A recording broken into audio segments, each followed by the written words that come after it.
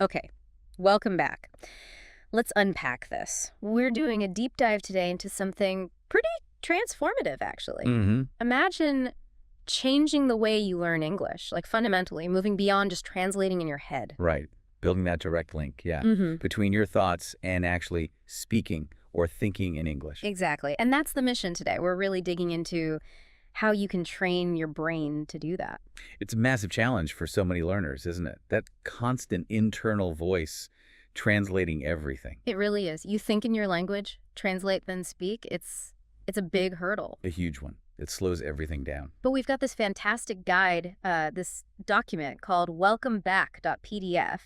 And what I find really compelling is how it frames the whole thing. The brain is a muscle analogy? Yeah, Yeah. exactly. Like something you can actively train, strengthen, to get better at thinking directly in English. I love that because it takes something that feels maybe innate or just Hmm. overwhelming, learning a language, Yeah, and makes it actionable. It's a skill. it is something you build with practice. Targeted practice, yeah. So our goal here is to really pull out the techniques from this source. We want to give you concrete, practical ways to start, well, rewiring things a bit. Creating that direct pathway so your thoughts just flow into English. Right, almost like how you learned your first language. You didn't translate then, did you? Yeah. The word and the thing were just linked. Direct connection. So this deep dive is really focused on the how. Less theory, more practical steps you can take. And it's good to acknowledge upfront it sounds hard. I mean, changing how you think. Totally. It feels unnatural at first because, well, you've always thought in your native language that's normal. Completely normal. But the source makes a great point about kids. Oh, yeah, that child learning analogy. They don't sit there translating. Nope. They just associate sounds, words with things, actions, feelings. Boom. Direct link. That's the fluency we're aiming for, that efficiency. And the source calls that translation process the detour, which I think is a great way to put it. It is. Instead of thought native language translation LA English, you want thought English directly. Cut out the middleman. Exactly. It takes effort, sure, like any training, but the source is really positive about the payoff. It's very rewarding. Okay, so if you're listening and thinking, all right, I'm in, but where do I start? What's step one according to this guide? It suggests starting super simple, like the simplest thing imaginable. Which is? Naming objects. Just look around you right now, wherever you are. Okay. See a table? Think table. Silently. See a lamp? Think lamp. So not saying it out loud, just internal. Just internal. The whole point, the source emphasizes this, is getting the English word to pop into your head first, without your native language jumping in. That almost sounds too easy. It does. But think about the power of doing that consistently. All day long, every object you notice, window, phone, book. Just that constant low-level reinforcement. Exactly. It starts building that direct pathway, associating the object visually with the English sound in your mind. Okay, simple but powerful. What's the next level up from just naming things? Describing actions. What you're doing, again, internally. So connecting language to movement and activity. Precisely. As you go about your day, just narrate. Simple phrases. I am walking. I am opening the door. The guide has examples like, I am brushing my teeth. Yeah. Or, I am boiling water. Now I'm adding tea leaves. Simple, everyday stuff. I am putting on my shirt. Now I'm wearing my shoes. And the idea is the more you do this mental narration, The more automatic those phrases become linked to the actions, your brain starts just thinking the English description when you do the action. No translation needed for those specific things. that makes sense. Build it up action by action. The source also suggests focusing this practice on a routine, like your morning. Yeah, that's a great practical tip. Pick a sequence you do every day. Your morning routine is perfect. And just mentally walk through it in English. Exactly. So you wake up. And think, I wake up. I open my eyes. I stretch. I sit up. I get out of bed. I walk to the bathroom. I wash my face. I brush my teeth. Right. Repeating that mental sequence every single morning really wires those phrases to those actions. It carves out a little part of your day where English is the automatic thought language for those specific tasks. So we've got objects, we've got actions, the external world, kind of. But what about inside our heads, the thinking itself, that inner voice? Ah, yes, the inner dialogue. This is where the source says it gets maybe a bit more challenging, but also incredibly powerful. Because that voice, that stream of consciousness, it's almost certainly chattering away in your native language right now. Almost guaranteed. And the guide suggests actively training that voice to start speaking English. Wow. Okay. How do you even begin to nudge that internal monologue in a different direction? Start small. Yeah. The source suggests treating it like a quiet chat with yourself when you're walking alone or just sitting for a minute. Ask yourself simple questions in English. Yeah, like, what should I have for lunch today? Yeah. And then answer yourself again in English. Yeah. Maybe I'll make some soup, or I could order pizza. Or thinking about your day, what do I need to do next? Okay, I need to send that email. Exactly, those kinds of small internal Q&As. They're like mini workouts for your inner English voice. Builds confidence, builds fluency in just formulating simple thoughts directly. You're thinking in English, not just about English. That makes sense. Start with those little internal conversations. Then the source talks about something more structured, setting aside specific time. Yes, the English-only thinking time challenge. This is about consciously dedicating a block of time each day. Maybe start with just, say, 15 minutes. And during that time, the goal is To try and frame all your thoughts in English. Whatever pops into your head, plans, observations, feelings, worries, try to think it in English first. okay, but what happens when you inevitably slip? Because you will, right? Your brain just defaults back. Oh, absolutely. Mhm. And the source is really clear and kind about this. It's not a failure. Don't beat yourself up. Not at all. Just notice it. Okay, I switched back. And then, gently, calmly, bring your focus back to trying it in English. The real work is in that noticing and redirecting. Not an instant perfection. Exactly. And then you gradually increase the time. Maybe 15 minutes becomes 30, then an hour, then maybe longer stretches. The ultimate aim being that English becomes the go-to language for more and more of your internal processing. Yeah, it's definitely a long game. A marathon, as you said earlier, not a sprint. Which logically brings us to vocabulary. You can't think in English if you don't have the words, right? Precisely. Vocabulary is the absolute bedrock, the building blocks of thought. And the source makes a key point here. It's not just about memorizing lists of words. No, not at all. It's about using them actively, spontaneously, in your thoughts. So learn a few new words, maybe. But then what? Immediately start making sentences with them in your mind. The guide uses the example of learning the word delicious. Okay. Don't just know what it means. Think, this apple is delicious, or I had a really delicious meal last night. And repeat that thought a few times. Yeah, mentally repeat it. Yeah. Connect the word to the feeling, the context, the meaning. That's how you internalize it, like a native speaker does. Yeah. It becomes part of your active thinking toolkit, not just passive knowledge. The source also suggests organizing your vocabulary practice by categories. How does that help with thinking? Well, it connects words in meaningful groups, reflecting how we often access language in real life. So learn words for, say, furniture. Chair, table, sofa, bed. Right. Then mentally list them. Then try making simple sentences. The chair is comfortable. I need a new lamp. Or the fruit example from the source. Apples, bananas, oranges. Yeah. Mentally make a shopping list. I need apples and bananas. Then sentences. I love eating apples. Grapes are my favorite fruit. So you're linking the words together and linking them to real-life contexts like shopping or preferences makes them easier to grab when you need them for spontaneous thought. Exactly. It makes the vocabulary more accessible, more automatic. Okay, so we've got words, simple sentences describing things and actions. What about processing more complex information, like if you watch a video or listen to something in English? This is a really important step the source covers. Making consumption active, not passive. So don't just watch or listen and assume it's sinking in. Right. The key advice is to pause afterwards or even during and actively summarize what you just heard or watched. In English. Yes, in your own words, in English, just in your mind. So if I watch a cooking video, Pause it and think, okay, first she chopped the onions, then she heated the oil, next she added the spices, or whatever the steps were. that forces you to actually process the information in English, right? Not Yeah. just passively receive it. And then you have to produce English thoughts based on it. Exactly. You're taking the input and reformulating it using your own English understanding. It's a huge step towards thinking fluently because you're practicing comprehension and internal production together. Reading is another big one the source mentions. Books, articles, even simple things like captions online. Absolutely. Reading is incredibly powerful. And the core advice here is similar. Read for meaning, not for word translation. Try to visualize what you're reading. Get the overall picture. Yes. Immerse yourself in the scene or the idea. And crucially, if you hit a word you don't know. Resist the urge to translate immediately. Exactly. Try to guess its meaning from the context first. Ask yourself, what kind of word would make sense here? Why is that better than just looking it up? Because it keeps your brain operating in English. Every time you stop to look up a word or translate, you're switching back to your native language mode.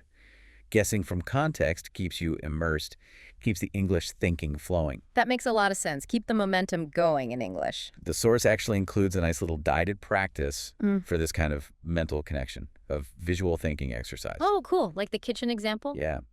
So if you're listening, maybe try this for a second. Close your eyes.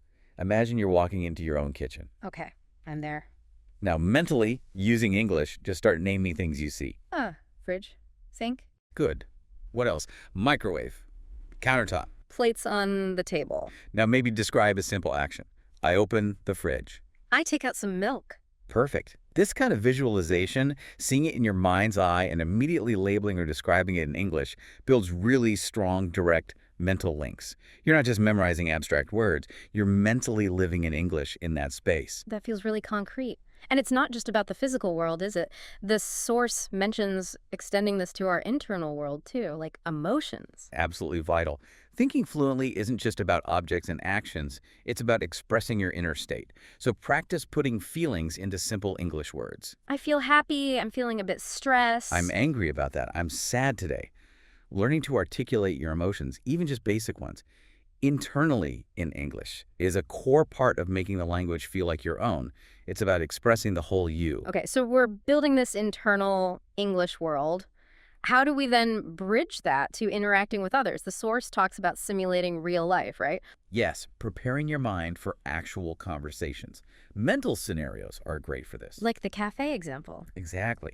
Put yourself mentally in that situation. You walk in. What do you do first? Look at the menu. Decide what I want. Okay, do that mentally in English. The cappuccino looks good. And maybe a croissant. Then practice the interaction. Yeah, mentally rehearse ordering. Excuse me, can I please have one cappuccino and one croissant? You could do this anywhere, couldn't you? Waiting for the bus, walking down the street. Totally. Any downtime. The more detail you put into the mental simulation, the sights, the sounds, the potential responses, the better your brain gets at activating the right English for that situation when it actually happens.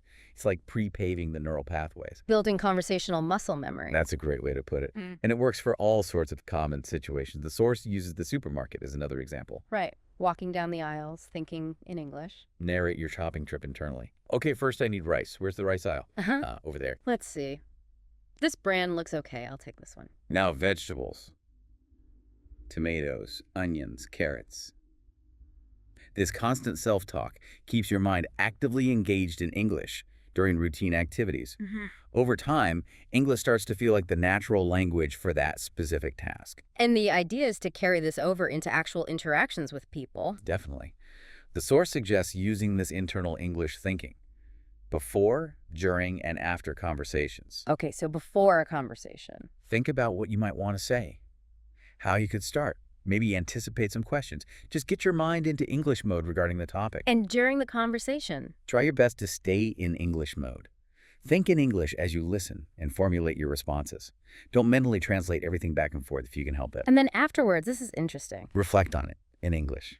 Yeah. Think, how did that go? Did I express myself clearly? Was there anything I didn't understand? What could I have said differently? So you're using the real conversation as learning material for your internal English practice. Exactly. Your brain learns directly from the experience, reinforcing what worked and identifying areas to improve next time. Every conversation becomes a practice session. The guide gives another specific scenario to practice mentally. Shopping for a gift. Yeah, walk through the whole thought process. Okay, need a present. Friend's birthday tomorrow. What should I get him? He likes reading. Maybe a book? Hmm? Or you mentioned needing a new shirt. He likes blue. Yeah, maybe a blue shirt. Okay, where can I find a nice one? I could try them all. I'll check out those 3 stores. If I don't find anything good, I'll just get a gift card. So you're practicing decision-making, planning, problem-solving, all using English in your head. It's a fantastic mental workout. The more you practice these kinds of internal planning scenarios, the more automatic it becomes to use English for those higher-level thinking tasks. What about actual speaking practice? The source mentions mirror talk. Yes, talking to yourself in the mirror. It sounds a bit weird, maybe. A little. But it's surprisingly effective.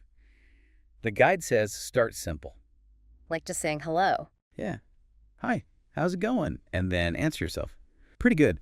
Busy day today. Talk about what you did. I went to work, had a meeting, cooked dinner. Exactly. Start with simple recounts. Then, as you get more comfortable, you can talk about opinions, feelings, plans in more detail. And the benefit is? It builds confidence. You get used to hearing yourself speak English, you can pay attention to your mouth movements, your pronunciation, and crucially, there's zero pressure because nobody else is listening. It helps bridge the gap between internal thought and external speech. Okay, moving on to reinforcing all this learning. The source talks about reflection, particularly reviewing your day. Yes, this is a really powerful habit. At the end of the day, maybe before sleep, take a few moments to think back on what happened. And the key is to do this review in English. Absolutely.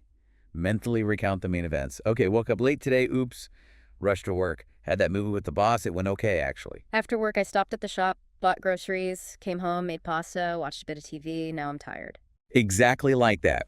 You're connecting your real-life experiences directly to English descriptions, which is a very strong way to reinforce the language and practice recall. The guide provides a slightly more detailed example of this daily review too, doesn't it? It does, sort of painting a picture of a hypothetical day. Let's try that. Okay, so today, I woke up at 7, felt pretty good, brushed my teeth, took a shower. I wore my favorite blue shirt and jeans, had eggs and toast for breakfast. Then I caught the bus to work, listened to that English podcast on the way. At work, I answered a bunch of emails, had lunch with Sarah from accounting. After work, I walked home because the weather was nice, watched an episode of that show in English. Now I'm ready for bed. Doing that kind of recap nightly really helps your brain get used to summarizing and structuring your day's events using English. It becomes more automatic. Journaling is another tool the source suggests for this kind of reflection. Yeah, writing your thoughts down in English. And again, the emphasis isn't on perfection. Don't worry about grammar or spelling mistakes. Not for this exercise. The goal is training your thoughts to flow in English. Just get them onto the page. Start super simple if you need to. Like, today was okay, learn something new. Perfect, just 1 or 2 sentences. Then gradually write more as you feel comfortable. How does writing help differently than just thinking? It slows down the thinking process, makes it more deliberate. You can see the English words, which reinforces them visually. And reading it back later can be really motivating to see your progress. What about recalling past events, like telling stories to yourself? Another great technique mentioned, pick a happy memory, maybe a trip or a fun event, and try to recount it internally in English. The source had an example about a trip, right? Yeah, something like, last year I went to the mountains with my family. The weather was cold but sunny. We built a fire and cooked noodles outside. We laughed a lot. It was a really great trip. So you're practicing narrative structure, sequencing events, and linking descriptions and feelings to past experiences, all in English. Exactly. It helps your brain handle stories and real-life events fluently. Okay, let's shift to some more active, almost game-like training techniques the source suggests. Yeah, these are fun ways to keep your brain sharp. The category game is a good one. How does that work again? Pick a category, say, clothes, then as quickly as you can, mentally list items in that category in English. Shirt, pants, socks, jacket, hat, shoes. Right. And then maybe push it a bit further. Make a quick sentence for a few of them. I need new socks. This jacket is warm. Or another category like kitchen items. Spoon, fork, knife, plate, bowl, cup. I eat soup with a spoon. Be careful, the knife is sharp. So it's rapid recall plus immediate application in a simple context. Exactly.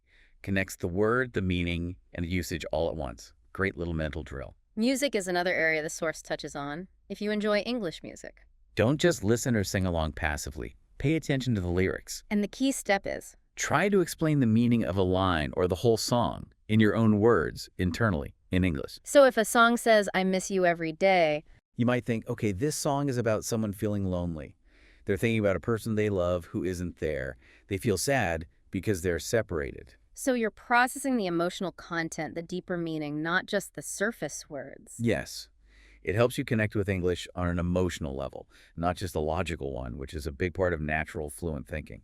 Then there's shadowing. The source calls this a powerful technique. It really is, especially for pronunciation and fluency. Explain shadowing again. What exactly do you do? You listen to a short phrase or sentence of spoken English from a video, podcast, anything, and you immediately repeat it aloud, trying to copy the speaker's exact pronunciation, rhythm, and intonation. Almost talking right on top of them. Or immediately after. Yeah, or pause and repeat immediately. The source example. Here, I'm going to the store. Then say aloud, I'm going to the store, mimicking the sound. Then try saying it again without listening from memory. What's the main benefit of doing that? It trains your brain and your mouth to work together in real time, producing English sounds naturally and quickly. It gets you used to the flow of spoken English in a very direct way. Great for bridging thought and speech. Okay, practical question. What happens when you're trying to think in English, maybe describing something or having an internal conversation, and you just blank on a word? You know the concept, but the English word won't come. That happens all the time, even to native speakers. The crucial advice from the source is, don't immediately give up and switch to your native language to find the word. So what should you do? Try to explain or describe the word using other English words that you do know. Circumlocution, My basically. source used broom as an example. Right, if you forget broom. And you think, that's that thing. You use it to clean the floor. It's long, has a handle, Yeah. and stiff hairs at the bottom. Ah, so you talk around the word. Exactly. It keeps your thought process flowing entirely in English. You don't break the immersion. And honestly, being able to describe a concept when you don't know the exact word is a really valuable communication skill in itself. It shows higher level thinking. That's a great tip. Keep the English engine running. Another real-time practice mention is describing scenes around you. Yeah, like the park example. You're just sitting there observing. Start simple again. There's a dog. The dog is brown. It's quite big. It's running. Looks happy. Then add more detail as you can. It's chasing a red ball. Some children are laughing nearby. The dog looks very friendly. The sun is shining. It's a nice afternoon. This constant observation and immediate description in English really sharpens your brain's ability to process the world around you directly into the target language. Makes you quicker on your feet, mentally. To keep things fresh, the source suggests daily thinking challenges. Yeah, just give yourself a small, specific task each day. Keeps it interesting, stops it feeling monotonous. Like today's challenge, describe my bedroom in detail in English. Or imagine ordering food at a specific restaurant you know. Yeah. Or mentally summarize the plot of the movie I watched last night. So variety is key. It keeps different mental muscles working, builds comfort across more topics, and just prevents boredom, which is important for sticking with it long term. The guide also talks about weaving English thinking into the fabric of your day, like using free time. Yes, those moments when you're not actively focused on something else, washing dishes, folding laundry, waiting in line, your brain is often more relaxed then. And you can use that time for what kind of English thinking? Just gentle stuff. Mull over your plans for the evening. Replay a conversation in your head. Notice the weather. It looks like rain later. I should probably bring my umbrella. I wonder what time dinner will be ready. I'm getting hungry. Just letting your casual thoughts happen in English. It's low pressure, keeps the language active. There's also a really simple environmental tweak the source recommends. Changing your device language. Phone, computer. Set it to English. Yep. It's a small change, but it means you're constantly encountering English words. Menus, notifications, buttons. You just get used to seeing and understanding them without thinking about it. Exactly. It makes English part of your everyday environment, which subtly reinforces it as part of your thinking environment too. Every little bit helps integrate it. Now let's be real. This isn't always going to be easy. There will be days when your brain feels resistant or you just feel stuck. Oh, for sure. The source acknowledges that completely. Progress isn't linear. So what's the advice for those tough moments? Don't give up. Don't get frustrated with yourself. Just gently acknowledge it. Okay, this feels hard right now, or my brain really wants to use my native language. And then Gently try again. Remind yourself, okay, let's try thinking that thought in English one more time. Or maybe switch to an easier practice, like naming objects, just to get back in the flow. it's okay to slip back sometimes. Absolutely. The key is just returning your focus when you notice it. It's a journey, and every step, even the small ones, counts.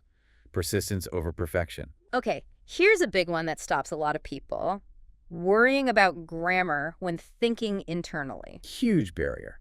And the source has really important advice here. Which is? When you are thinking to yourself, practicing this internal English monologue, do not worry about perfect grammar. Really? Let it go. Let it go, especially initially. The main goal is fluency of thought. Getting the ideas flowing in English, focusing too much on getting every sentence grammatically perfect in your head will just block that flow. So if you think something like, he go market yesterday. For internal thought practice, the source says that's okay. Don't stop and mentally correct yourself constantly. Just let the thought happen in English. Won't that reinforce bad habits? The idea is that your brain will naturally absorb correct patterns over time from all the input you get reading, listening. The internal practice is more about building the habit of thinking directly in English. Keep the channel open. Accuracy improves with overall exposure and practice. Don't let the perfect be the enemy of the good, especially in your own head. Keep the flow going. That's a relief, actually. The source also suggests connecting this practice to your goals. Yeah, a really powerful habit. Think about your daily goals or even bigger life goals in English. Maybe every morning. Great time to do it. Mentally outline your intentions. Okay, today I will finish that chapter. I want to make sure I talk to my colleague about the project. I will practice English thinking for 20 minutes. How does thinking about goals in English help? It connects the language directly to your motivations, your aspirations. It makes English feel relevant to your future, not just an academic subject. Builds a deeper, more personal connection. Another specific mental exercise mentioned is describing objects in more detail. Right. Pick something nearby, say your cup. Okay, got a mug here. Now, describe it mentally in English, adding details. This is my favorite mug. It's blue. It has a picture of a cat on it. It's ceramic. It feels warm because my tea is hot. I like drinking tea from this mug. Perfect. Now pick something else. Your shoes. These are my running shoes. They're mostly gray with some orange bits. They're comfortable. A bit dirty, actually. I wear them when I go for a run. See, this trains your brain to move beyond simple labels and access descriptive words quickly, painting a fuller picture in English.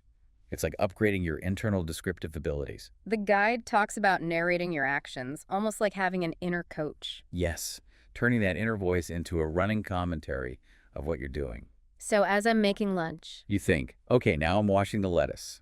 I'm slicing the tomatoes. I'm putting them in the bowl. Now I'm adding some dressing. just quietly narrating the steps to yourself. Exactly. It constantly associates English with your physical actions throughout the day. It helps make English feel like the default setting for experiencing your own life. But what if you're just feeling tired or bored with all this mental effort? It can feel like work. It can. And the source has advice for that too. Don't force it when you're really not feeling it. Instead, go back to something light and fun. Use English to think about things you enjoy. Exactly. Think about your favorite food. Imagine eating it. Describe it in English. Pizza. I love pizza. The cheese is melted and gooey. The crust is perfectly crispy. Pepperoni is the best topping. Makes me hungry just thinking about it. Or imagine that dream vacation again. Paris. Ah, I really want to go to Paris. I imagine walking by the Seine, seeing the Eiffel Tower lit up at night, eating croissants every morning, taking so many photos. connecting English to joy, pleasure, excitement. It refuels your motivation and reminds your brain that this language is about enjoyment too, not just effort. Here's an interesting one. Teaching yourself something in English. Yeah, explaining a simple process, even if no one is listening but you. Like how to make tea, the source example. Right. Mentally explain it. Okay, first, you need to boil some water. Yeah. While it's boiling, get a cup and a tea bag. Once the water boils, pour it into the cup over the tea bag. Let it steep for, say, 3 minutes, then take the bag out. Add milk or sugar if you like. Enjoy. What's the benefit of doing that? It forces your brain to organize information logically and explain it clearly in sequence, using English. It's a really good workout for structuring thoughts for communication. And finally, the source wraps up with a really nice visualization exercise, imagining your perfect day. Yes, a way to end on a positive, relaxed note. Close your eyes, take a breath, and just mentally walk through your ideal day, narrating it all in English. So maybe I wake up feeling really rested, the sun is shining. I have a relaxed breakfast, maybe read a little, then I do some work I feel passionate about. Later, I meet up with friends for lunch. We laugh and talk. The food is delicious. In the afternoon, maybe I go for a walk somewhere beautiful, feel calm and happy. In the evening, I relax, watch a great movie, maybe in English, feel totally content, a perfect day.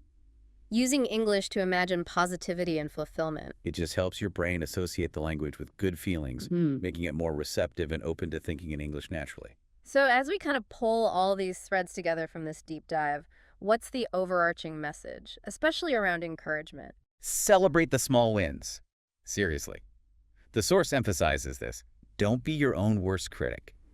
So thinking one clear sentence without translating, that's a win. Absolutely. Remembering that new word right when you needed it. Win. Managing 5 minutes of dedicated English thinking time, big win. You have to acknowledge that progress. Pat yourself on the back, mentally. Your brain thrives on that positive reinforcement. Be encouraging, not critical.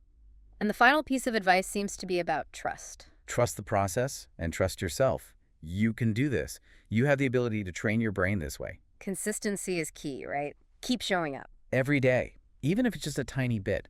Those small, consistent efforts add up enormously over time. That's how you build the muscle. And the promise, the payoff, according to this guide. Your brain will adapt. Yeah. English will gradually shift from feeling like this foreign thing you have to constantly decode to just another natural way you think, a part of you. And that internal transformation, thinking directly in another language, it unlocks so much more, doesn't it? The source mentions opening doors. To new ideas.